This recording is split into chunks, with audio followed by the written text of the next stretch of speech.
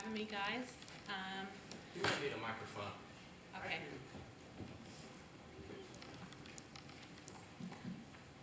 Turn this one up, Josh. She's soft-spoken and doesn't know how to use a microphone. Jay.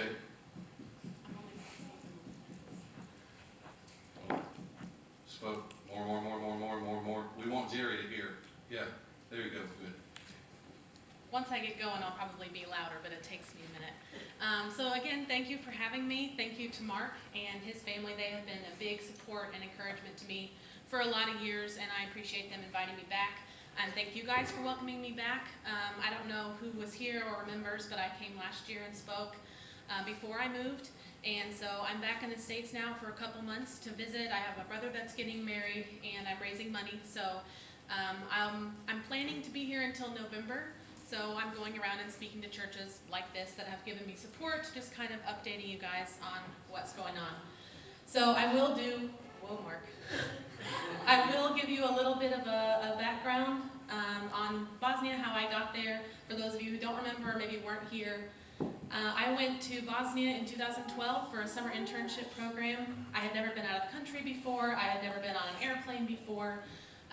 It was just something I really felt God was telling me to do, was to do a mission trip and see if it was something that I could do. And I really never thought it would be the rest of my life. But I went and I loved it and really felt at home there and worked really well with the team that I joined there. Jeff and Beth that live there have lived there for 19 years, and they were the leaders of our team. And at the end of that summer, they said, anytime you guys want to come back and visit or have some place to stay or work with us, you're welcome to come back and we will find you something to do. So that next summer, I also went back in 2013, and then I went back in the spring of 2016. And so the last time I was there in 2016, they asked me to come back and permanently join their team. And I, about 2 years of fundraising and details, ended up moving in August of 2018.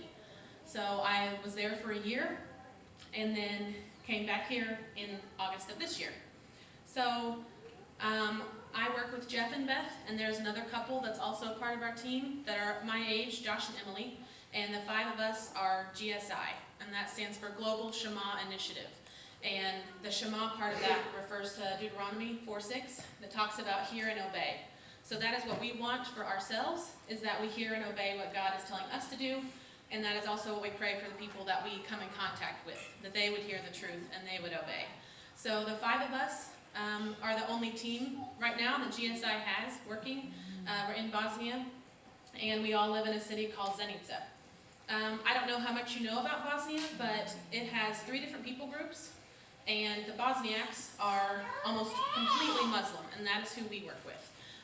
They kind of tend to separate themselves. The 3 groups don't really commingle much, so the city that we live in is almost entirely, Bosniaks, almost entirely Muslim. And that's the people group that we are working with. So our goal is obviously to bring the gospel. And the way that we do that changes often from day to day. We don't really know what opportunities we're going to have, who we're going to speak with, what projects we can do, but it all really boils down to being Jesus to people. And you don't have to go to Bosnia to do that. And you guys know, in any place you are, God will use you. And so being Jesus to people looks different from day to day, but some of the things that we try to do consistently, we have an office space in town that we are at 3 days a week, every other day. And everybody that we know knows that we're there on those days. We're there to study, we're there to pray, we do Bible studies, and they can come and talk to us. They can talk to us about anything. They can just come hang out if they want. But Bosnia is a very, they shun people. It's a shameful society where you hide the things you don't want people to know. It's very much about appearances. You want to put on a good face about things. So letting people know that they can talk to us about anything, and we are not going to judge them. We are not going to cut them off from us. We are not going to call them a bad person. We're not going to tell all their neighbors about it. That is a really, really big thing. People have come and talked to us about not only faith issues. Muslims will come and talk to us about doubts or things they have in their own faith that they would never dream talking to anyone else about, because they would be a bad Muslim. They would be, shunned in their village or in the city. So that is a big deal. We try to have a presence there in the city that people can come and talk to us, that we're open and they know that we love them. And that is the biggest thing that we try to show them, is that we love you. You're not a project. You're not just a name that I've got on a list. We love you, and regardless of any decisions that you make, we're here to love you. You know, we want to walk through those things with you, but we are trying to do what we believe Jesus would do in that situation. So we also work with Bosnian organizations to do humanitarian aid type things, so that we can be the hands and feet of Jesus, and that we can meet the needs of those that are being overlooked. I think anytime you look for Jesus, you'll find him loving the unloved. And so those are the people that we try to find. And Bosnia also has a large history of a lot of war, and therefore a lot of humanitarian aid over the last years. The last war that they had was about 25 years ago. And after that, a lot of humanitarian aid came in from a lot of different places. And a lot of it was good, a lot of it was helpful and needed for rebuilding, but a lot of it created a lot of dependency. So a lot of people see us and they see that we are foreign, and they assume we have a lot of money, and they want to tell us what we want to hear so that they'll get what we have to give. So what we do in our humanitarian aid projects is we work with and through Bosnian organizations. So either through giving them money or helping with their projects or events, we know that they know who legitimately needs help, and that way we are not the face of a handout, because we can work through schools, we can work with the Red Cross, we work with an organization that helps children with disabilities, and we are able to help through them in a responsible way, so that we know the money is getting where it needs to go. No one's pulling the wool over our eyes. We work with people that we have built relationships with, that know where the money needs to go and know who legitimately needs it. So, like I said, we work with the Red Cross. My roommate that I lived with over this last year, and I'm planning to live with again when I go back, she is the director of the Red Cross in the town that we live in Zenica. And so right now, a big thing that they're working with is migrants.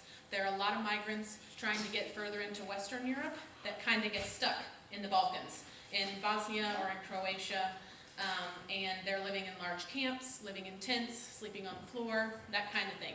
So the Red Cross is doing a lot of clothing donations, clothing drives, food. We've gone to camps before and just served tea, and just looking people in the eye and treating them like a person and asking them how they are and listening to their answer. A lot of these people have not been treated like a person since they left their home, for however long ago that was. So we really believe in a lot of the work that the Red Cross is doing in those places, and also in Zenica itself.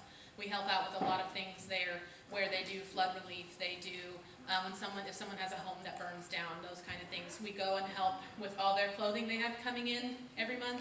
We go and sort the clothing so it's easier to grab a bag and take it when we know someone has a need. We help with, like I said, the organization with handicapped children. It's called Daru Srcem, which means to give from the heart. And since it is a shameful society, it's getting better, but for the most part, a long time now has been that if you have a handicapped child or a disabled child or anyone with any sort of special need, you hide them away, you don't talk to anybody about it. It's, it would have been something you did that caused this, it's a shame on your family. And so a lot of these people have no community, they have no support, they have no people building them up and loving on them. So this organization is fairly young. We've been helping out with it for the last 5 years or so. And they have really started to turn that tide a little bit, in our city at least. And we like to help out with them. They do auctions sometimes with paintings that the children have done that we've purchased, and things like that. And we also go sometimes when they have meetings, and they will just get together at a park or something so that these families can see there are other families like my family. Other people are going through this, other parents are going through this, and the children can play with other kids that are like them, or maybe have some of the same difficulties that they have. So we think that's really important. That's something we want to see changed in the country, and so we try to foster that as much as we can through helping out with them. There's a school that we help out with called the Zhepcha School, and we've known the director of this school for a long time. Jeff and Beth, that have lived there so long, have known him since they moved there about 19 years ago. And he is the first director of any school in the whole country to have all 3 ethnic groups under one roof taking the same classes. A lot of times schools will have Serbians in one class, Bosnians in another class, Croatians in another class. They separate them different times of day. Sometimes they attend school one set in the evening, some in the morning, and some in the afternoon. And they teach them different things. They're taught different classes in terms of history, especially, where they're getting one side, they're getting their ethnic group's side of grievances. And there are a lot. There are a lot of grievances on all sides. All of them have done wrong and hurt each other. And there is a lot of grudges born about that. So this school is kind of groundbreaking. And Adil is the man's name, the director. We really respect him so much. He has a great vision for those kids and for the country, and he thinks this is a step forward in bringing about peace. The country is in peace right now technically, but there's still a lot of anger and hate that boils kind of below the surface. So to bring these kids together and to teach them the same classes, they're all learning everyone's story. And we think that's really important. So we try to foster that, and we go to their school days and we see their performances, and we help them out monetarily when we can, when they need it. This past winter, they needed some heaters. So Adil came to us and he asked, would you guys be able to give some money for heaters so that we can heat our gym during the winter? So those kind of things, people will come to us and propose projects like that to us. So we have to have a certain amount of humanitarian aid projects every year to keep our status, because we are not there on visas for missionaries. We are there on humanitarian aid visas. So we have to have a certain amount of projects every year, and we always try to find at the end of the year. Yes? Could I insert something there? They would not allow them into Bosnia if they said we're coming as missionaries. Right? Technically, in the law, on the books, there is a missionary visa that we could apply for. But it's not granted, or what? Nobody uses it. Anyone that I know that's ever been there as a missionary has never gone that route. Because right now, the religious feeling is kind of apathetic. It's okay for you, well, mine's okay for me, no big deal. But if that were to change, then we have that label on us. If they decide they want to kick all the missionaries out, they know where I live, they know what my name is, all of that. So you're there on a worker visa? I'm there on a worker's visa, yes, through our Bosnian organization. Okay, That I is, just wanted them to understand that. Yes, That's the yes, only way you thank can you. get in there and be safe. yes, and as I said, right now, it is safe. No one's going to come knocking on my door because they've heard me talking about Jesus.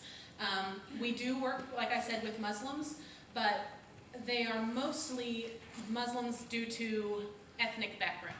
They're Muslims because their parents were, because their grandparents were. It's more of an ethnic identity than a chosen religion. We have seen some uptick in people being more devout. The first time that I was there in 2012, I think I saw, maybe 2 covered women. The whole time I was there, the 3 months, and now every day you'll see, 30 or 40 walking through town. So it is becoming a little more devout. A lot of that is due to influx of Muslims from more Middle Eastern countries, more devout regions, and so they're coming and living there because it is a Muslim country, they're not oppressed, and it's very, very cheap. So a lot of them have been moving in to live there, and whether there's a change of heart or not, a lot of people see those more devout people and they want to put on a good show themselves. They don't want to be deemed bad Muslims, so they're kind of bringing themselves up to that level. And also, I didn't say at the beginning, but if you do have a question, feel free to raise your hand anytime. I'm fairly informal. It's not going to bother me. And a lot of times, if you don't ask, I forget to bring it up. So if you think of something, either write it down so you don't forget and you can ask at the end, or just raise your hand and ask me now. But I am going to have to kind of get back on track here. There's another organization called Zvezda that we help out with. That's another organization that helps with children. It's not the same with disabled children, but we help and do school lunch programs. Sometimes for the kids that can't pay for their own lunches at school, we know the families that need help, and we can give money to that as well.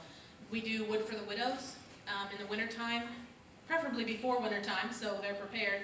We will get wood for the widows that can't afford it and either load it for them, store it, stack it. If they need it chopped, we'll do that too. Sometimes they have family members that can help with that kind of thing, but we think it's very important to try to help the widows in our community that no one is really looking out for. And so for me, yes? Do you have other income means, you and your team, while you're there, other than your furlough raising? We Do you are- have money to give?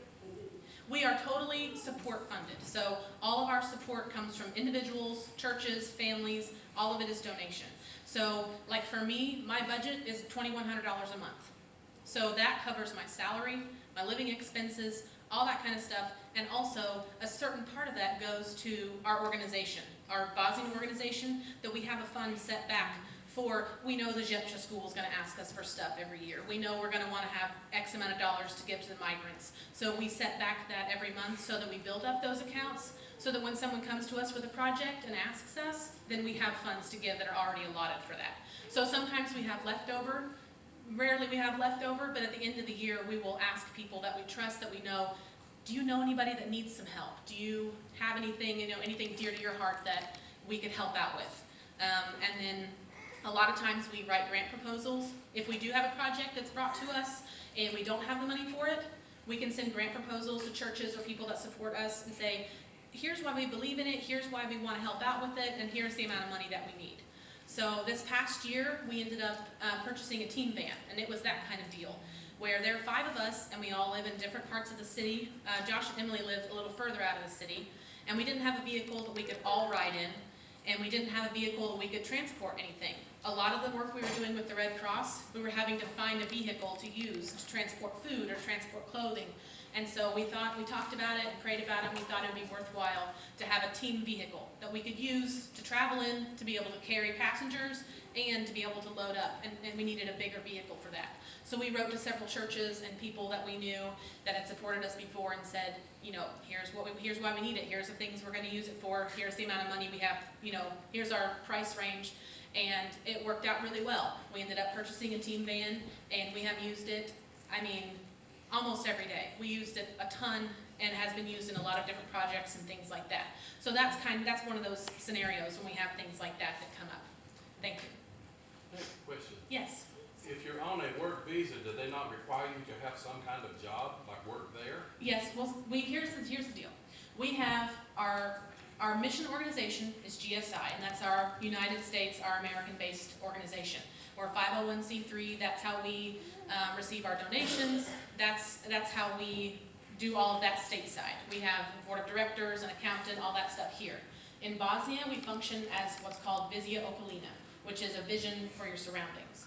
So they're sister companies, and that is the organization that I have my visa So under. you're working. I work for for Vizia Okolina, yes. Okay. So that is what allows me to have my visa, because That's it's how I was wondering how that worked. because it's a Bosnian organization. I function as, right now, this past year I had a volunteer visa, and this year I will have a worker's visa. And after 5 worker's visas in a row, I can then apply for a permanent visa. So that's where that's going. Okay. So for me, specifically, out of the whole team, this first year has been language learning, mostly. We put a very high importance on language learning. English is somewhat common. Most people my age or younger learn English in school. They're exposed to a lot of American movies, TV, those kind of things, so they understand a lot of English. But we think it's very, very important to be able to speak to people in what we call their heart language, where we want to remove any possible barrier there could be to understanding or to connecting with someone. So I had that year of language learning, and I'm getting to that point where I can talk to people fairly freely and follow along conversations, but pretty much what I can add to a conversation is things like, I have a dog, he's black and white, his name is Oscar.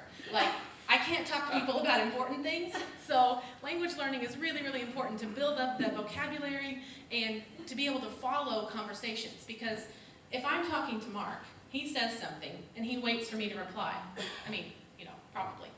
But if Mark and Samantha are talking, and I'm listening, I might know what they're talking about, but if I think of something I want to add, I have to think of what it is in Bosnian, find a moment to say it, and by that time, they're way far down the road. So one-on-one isn't bad, but jumping into another conversation is still really difficult. So it's very important to have people you can practice language with, and I lived, like I said, with a Bosnian, and she was wonderful about coming home, and some days she wouldn't speak English to me at all.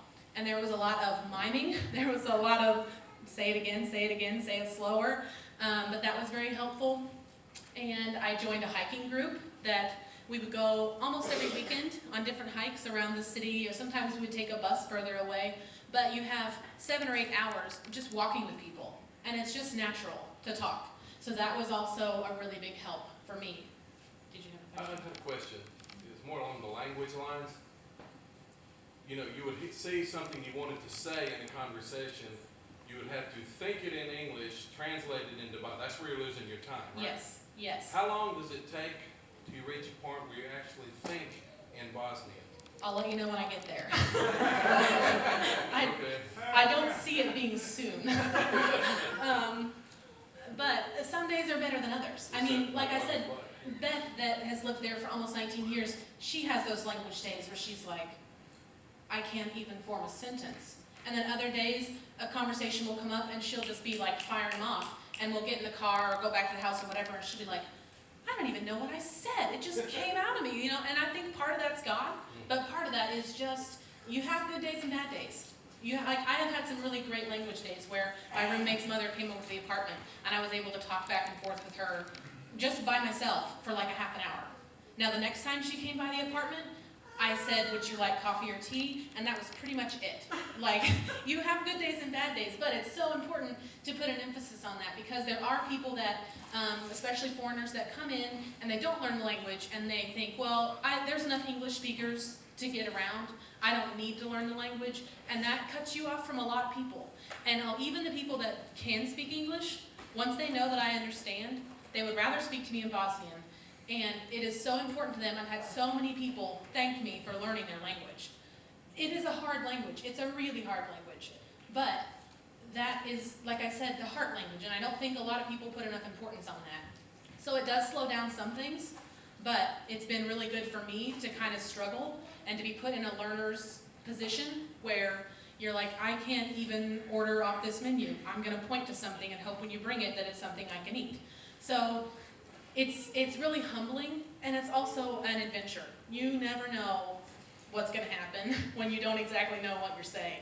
So it's been very good. I have enjoyed it a lot, and I look forward to learning more. And that's another thing that we also help out with is a Bible translation, because we want the Bosnians to have Bible in their own heart language. There's a Serbo-Croatian Bible, but it's very, very different. There's a lot of dialectic differences, there's a lot of spelling differences, and just a lot of vocabulary differences. So while we could read an Old English Bible, it's not really how we talk. It's not what we would understand easily. There again is a barrier between how we think and what we hear, or what we read. So we have been working for the last 5 or 6 years with some translators in Sarajevo and getting the Bible translated into Bosnian. So the Gideons don't have one? No, there's Serbo-Croatian, but no Bosnian. So we have been giving money to that for the last several years, and we have the Gospels, Psalms and Proverbs, first 5 books of the Old Testament, and they're working on the prophets right now. So that's something that we also put a very high value on, because up until that time, when we would read the Bible with people, we would study, we would, do Bible studies or whatever, they would be reading out of this Serbo-Croatian Bible, and there was a lot of confusion. There was a lot of discussion about what this specific word means, what do they really mean here, and so having the Bosnian Bible, and you can cut me off whenever, Mark, I didn't look, okay. Having the Bosnian Bible that they can refer to and understand without that barrier is really, really important. So we're really excited about that. I was able to be there for my friend Amina, who is a believer, who is a Bosnian. She got her first gospel. It was a book with just the 4 gospels in it, and we were there to pick it up when the translators delivered it. And just to see her reaction to that was so moving to me, because I have 3 or 4 Bibles. I'm sure most of you are the same. You have your own Bible, you have Bibles around the house, and we've never struggled to understand our Bible based on language, at least. And most of us have never had any kind of restriction on our access to a Bible. But to see her read that, and she got 3 or 4 words in before she just started crying, and she said, this is my language, this is how I talk. God understands my language, and that's one thing we really try to emphasize as well, is that God is not English speaking, God is not American, God is the God of everyone, and we are not trying to implement a Western church model, we are not trying to implement American Christianity. Our only guideline is the Bible, is Scripture. and that Jesus is our leader in anything. We always defer back to Scripture for any kind of, questions, conflicts, anything like that. That's where we want to get all of our decision making from. I don't know if there was anything else that I had on here to mention. You said I had 5 minutes, Mark? Yes. Are there any other questions? Did you say you needed $2,100 a month for Redline? That's my budget a month, yes. So right now, I have about $600 a month coming in. So I still need to raise the rest of that before I can go back to have my budget fully covered. So my return ticket is booked for November 5th, and that's what I've been hoping for and praying for, to get to that point before November 5th so I can leave then. But if that's not the case, I can move my ticket back, and I'll have to be here until I have that budget raised. So that's the goal right now. So we could not only, like give this morning, we're gonna take up an offering. We're gonna have a basket back here in the back for you to put whatever offering you'd like to make. But we could also, people can partner with you like for a monthly. Yes. And that's something that, I thank you for the gifts. I really appreciate the gifts I get from churches, from individuals, things like that. And that is wonderful, but it is hard to plan responsibly for the future when you don't know what you're gonna have coming in when. And a lot of that, is trusting in God and believing it will come through. And part of my budget is waiting for those kind of things. But we also have a way that people can partner with us, and they can commit to giving $10 a month or $20 a month or whatever, so that we know we've got that money coming in every month that we can dedicate to certain projects or just to our own living expenses, knowing that we're going to be able to pay our rent the next month. So if you or anyone you know would be interested in helping out with that, or even learning some more about it, just let me know. I'll be at the back. I'll be around afterwards. We can talk more about it. We do have a website. It's a little bit unwieldy. It's globalshamainitiative.wordpress.com. And if anyone wants it, I'll write it down afterwards. But you can go on there and read more about me, about all of our teammates, about the work going on in Bosnia, some more Bosnian background. And there's also a way on there that you can donate or sign up to get newsletters, all that kind of thing. So if you want to learn any more, that's a good place to go too. Any other questions? One thing I didn't mention, which I don't have time to go totally into, but another big part of what we're doing right now is discipleship. We do have some believers that are living in Zenica right now, 5 or 6 of them, and a lot of what we do day to day is just walking through life with them. A lot of them don't really have a community anymore. They've separated themselves by their choices, by their choice to convert and to be a follower of Jesus. They've separated themselves from friends and family, and so we are that community for them. So they're not isolated, because we don't want someone to make a decision to follow Jesus and then leave them on their own. While they're still young in the faith, they need people to read through things with them and to pray through things with them and to just live through life with them. There are several people that over this past year have been through some really messy life situations, and it's really hard. It's hard to walk through those things with people, because you see them suffering and you bring a little bit of that onto yourself, but we think it's so important that they know they're not alone in that, and that we are with them in that, and we're reading what the Bible says about dealing with these kind of things, and we're praying with them about it, and they know that we are not going to turn our backs on them when things get difficult. So that's another big thing that we focus on. Any other questions? No? Well, thank you very much for your attention. As I said, I'm very thankful you guys have given me support and prayers over the year, and I'm really glad to have been able to come back. Thank you. We would be amiss if we did not pray for you. So we're going to pray for you. Thank you. Father God, I thank you for Hannah, and I thank you for the call that you have on her life. And I ask you, Lord, to just take her and use her. We know that you don't always call the equipped, but you always equip the called. I ask you, Lord, to give her all the skills she needs to absorb this new language. I ask you to raise up supporters across the country, Lord, that she'll not have to wonder where her income is coming from. And to bless her, Lord, with the opportunity and with your spirit to be aware of when those opportunities come. And I ask you, Lord, when they come, that you would just loose her tongue, give her the gift of language she needs. Let her speak from your spirit. I ask you, Lord, to bless her, that she would cast her cares on you, that she would be anxious for nothing, but know that you are God and you're in charge. And I ask you to bless her family, Lord, as I know they support her, but they so want her at home as well. Give them peace in their hearts. In Jesus' name, amen. Got a